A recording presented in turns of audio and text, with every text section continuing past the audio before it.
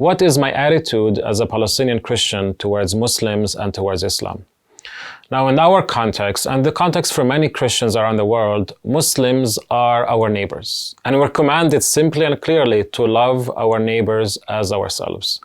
I am to love my Muslim neighbor as I love myself. And if the Muslim is my enemy, I'm also commanded to love my enemy as I love myself. The history and the present and the future of Arab Christianity, of Palestinian Christianity, is tied to our relationship with our Muslim neighbors. Are we loving our Muslim neighbors, or do we hate and do we reject our Muslim neighbors?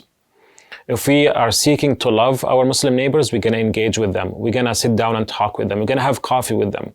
We're going to ask them hard questions. We're going to try to build our future together with them. If we hate them, we're going to say negative things about them. We're going to attack them. We're going to play the victim and blame them for our problems. Are we seeking to love our neighbors? Are we seeking to hate our neighbors? I think it's clear for us that we as Palestinian Christians, we need to be more engaged in the work of reconciliation and in the work of engagement and of encountering our Muslim neighbors.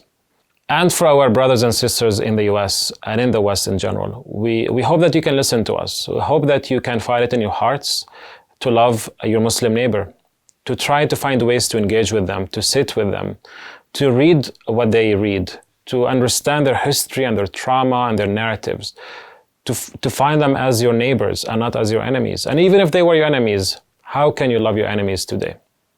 So if we love our Muslim neighbors, what about Islam? How do we deal with Islam? It is clear that we as Christians have many theological and ethical issues with Islam. We disagree on fundamental things. That is fine. And many Christians come and say, we need to love the Muslim but hate Islam. I think this is very difficult and very even impossible to have, because how can you separate Islam from the Muslim? How can you separate your faith, your Christianity, from yourself? I think our duty is to love Muslim, and by definition, if you love the Muslim wholly, we also need to love Islam.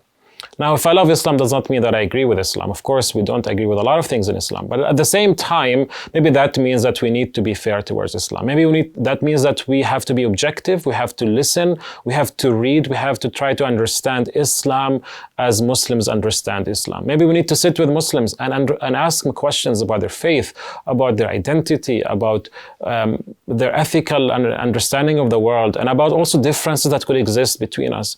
Maybe if I love Muslims, I also would find it in my heart to read and study and learn more about their faith. We can establish differences, we can maintain differences and disagreements, and that is natural. But what's more important, that we engage and try to humbly and lovingly engage with those differences that we have with Muslims.